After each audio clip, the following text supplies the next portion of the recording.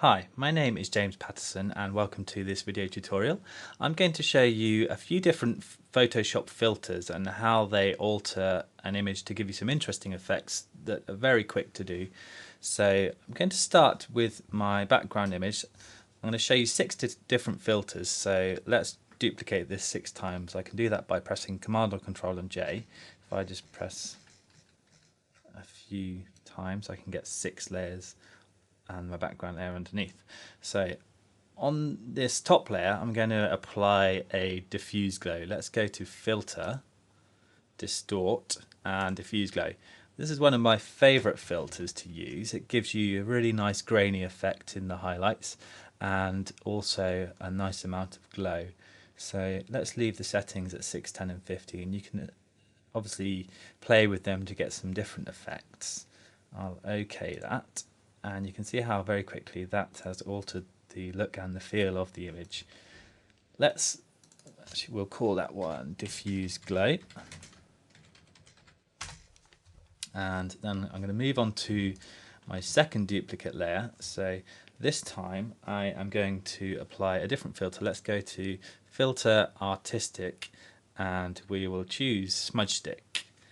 So this gives me totally different effect where you have kind of nice punchy contrast in the highlight and dark areas, and also it gives you a nice smudgy feel that kind of looks quite nice on the bodywork of the car there. So I'm going to leave the settings at stroke length 2, highlight area 0 and intensity 10. Let's OK that. Then I'm going to call that layer Smudge Stick. My third layer, let's just turn that smudge stick layer off. My third layer, I'm going to go again to Filter, and this time we'll choose Artistic and Rough Pastels. You can see this gives me lots of options to change various features of the filter, and you can see it's giving me a nice kind of textured look to the highlights and the shadow areas in the image. So you can change that texture using the texture drop down box here. You can also change the way the light falls on the texture. So if I select bottom, you see it's giving me quite a different look there. Quite like that look with bottom, so I'm going to leave that as it is, and then I'm going to change the settings to stroke length. We'll move that up to about 17. Stroke detail, let's bring that up to about 8, and we'll leave texture on canvas. Let's bring the scaling up slightly. There are no rules as to which settings are best. This is what I've just worked out. Will look quite nice. Let's OK that. So as you can see, that's given me another different look. We'll call that layer Rough Pastels. So let's turn that layer off, and with the next layer I'm going to apply a classic Photoshop technique that makes us nostalgic for the old days of film. So let's go to Filter, Texture and Grain. This will give me a really nice grainy effect.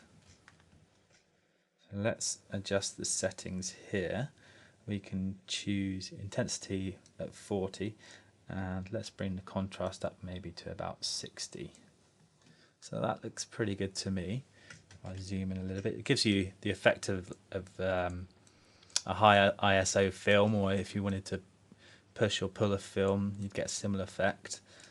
So we'll go to grain type and we'll keep that at regular. I just wanted to show you there's a few other options here that give you very interesting effects. You can choose horizontal, and you can see how that's immediately changed the picture, and also we'll go to vertical, a similar effect. So you can have a play around and find some really interesting effects. So we'll keep that at regular. Let's OK that. We'll call that layer Grain. So let's hide that layer again. Next up we're going to apply another filter which is found in the brush strokes section called Dark Strokes. And so actually while this is loading up, I can just tell you about a useful feature of the filters gallery which you can find in the corner here. If you click on this icon, it will give you a new effect layer, and this way you can build up different filter effects on top of each other, so you can actually apply more than once if you like to. So with this dark strokes option, now that it's loaded up, we're going to keep all of these at 6, and you can see that gives me a nice contrasty blurry image like this one here. Let's call that one, let's cancel that, and we'll call it dark strokes.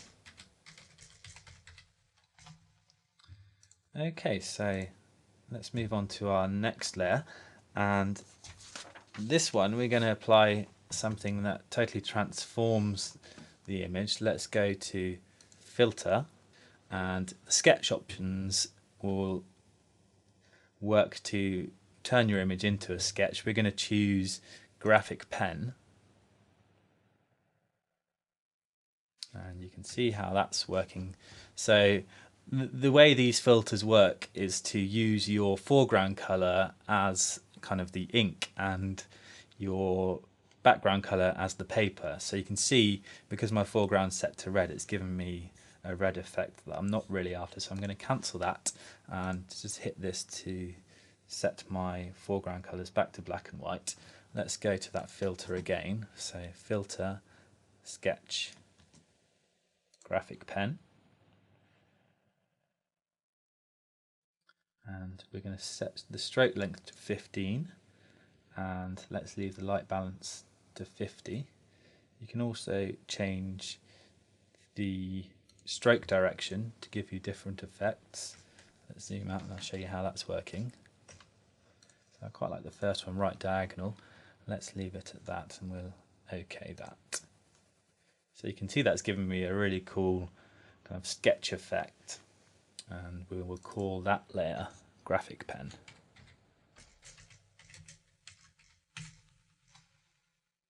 So if I just, let's make this layers, actually we'll bring it out here so I can show you all the different layers. So we have 6 different filters working in 6 different ways: diffuse glow,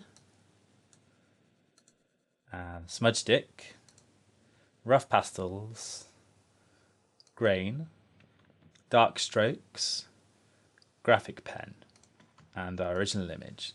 So that's just a few different Photoshop filters. There's lots more to play around with, so I'd advise you to open up an image and have a go yourself.